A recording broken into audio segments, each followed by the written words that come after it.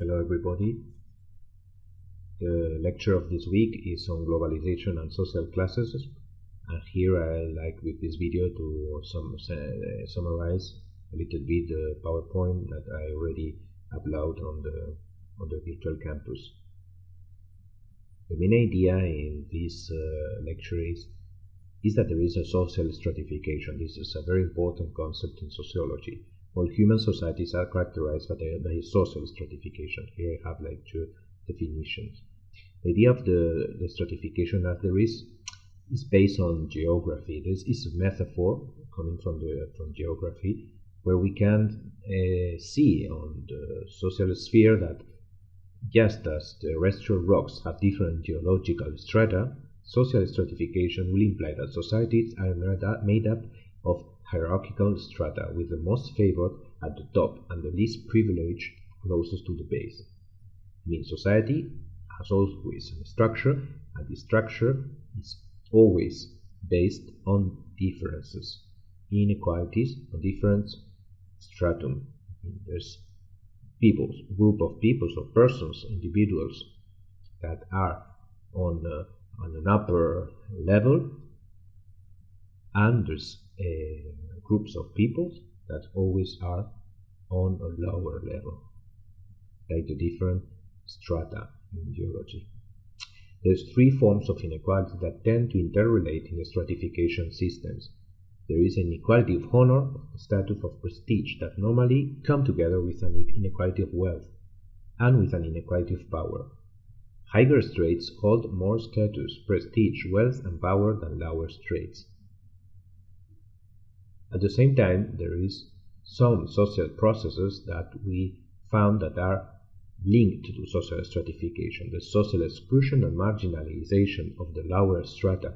There is exploitation from upper strata to lower strata. There is a feeling of helplessness from the lower strata. There is a cultural imperialism from the upper strata to the lower strata, and there is violence towards the lower strata. All societies, as I say, have this stratification, this structure of inequality, with people up and other people down. But at the same time, all societies have a justification for this inequality.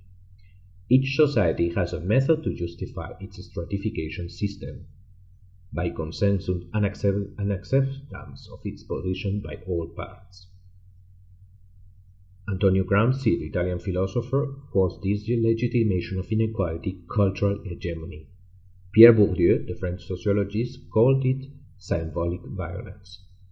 The idea is that people, the ruling classes, those on the top, normally need strategies to preserve their position, their domination, and normally the method to do that is ideological. They try to expand all over the social pyramid the idea that this normal common sense is legitimate and is justified this kind of stratification. Those are called ideological methods. The consequence is that those on the lower strata accept this structure of inequality as normal, convenient, even fair. I mean, all the ruling classes, if those ideological mechanisms fail, they'll need the kind of use of physical force. But this is a very bad choice, because the use of physical force, is, in order to preserve domination, is very costly, and in the long run tend to fail. So the justification can be based on meritocratic ideologies, religious beliefs, traditions, customs, etc. So in human history there have been many systems of stratification, such as slavery, then caste like in India, or feudal states like in the Middle Age. But nowadays, since the Industrial Revolution and since the liberal revolutions, and since the 17th and 18th century and up to now, in modern society the stratification system is based on social classes. Here we have a typical pyramid with upper classes, upper middle classes, lower middle classes, working classes, and lower classes. the main classes in Western societies, because we can say, for example, with the sociologist Anthony Giddens saying there's a high class, a middle class, a working class, a peasant class. Normally, the typical structure is high, middle, and working class. But what I say here is that there are many other classifications according to sociologists. I mean, there's not only one system of classification of classes. And even there is a doubt about the really existence of the middle class. For many sociologists, this middle class do not exist. Rather, it would be an invention for the legitimation of the stratification system, so that the dual structure between dominant classes, let's say the 1%, and dominated classes, the 99%, remain hidden. One of the sociologists who has best studied the social class stratification system is Pierre Bourdieu. This French sociologist, professor at the Collège de France, creator of the Centre de Sociologie Européenne at the École d'Haute Études en Sciences Sociales, he talked about the social space. Bourdieu understands society as a dynamic, multidimensional social space characterized by different objective positions. In his thing, society is like a space that you can map where there is positions, different positions, and there's a relation among positions of domination, subordination, homology, etc. And the positions are determined by the volume and structure of capital of the agents in each position and embedded in their habitus, orienting their action and thinking. So it's important, the term of capital, because Bourdieu, is very influenced by Marx. Marx only think in terms of economic capital. There is one class who has the property of the means of production, and there is one class which is the working class.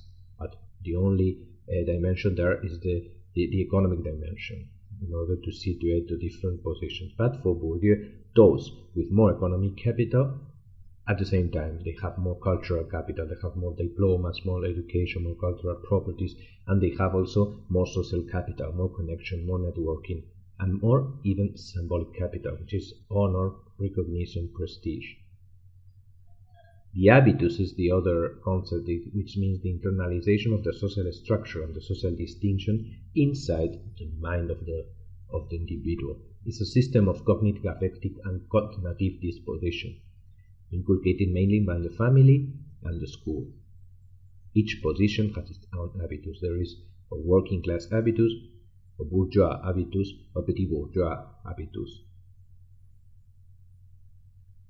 And this is the main idea of Bourdieu. So for Bourdieu, the social space is structured through a vector of material and symbolic domination. There is a domination of the upper classes over the lower classes.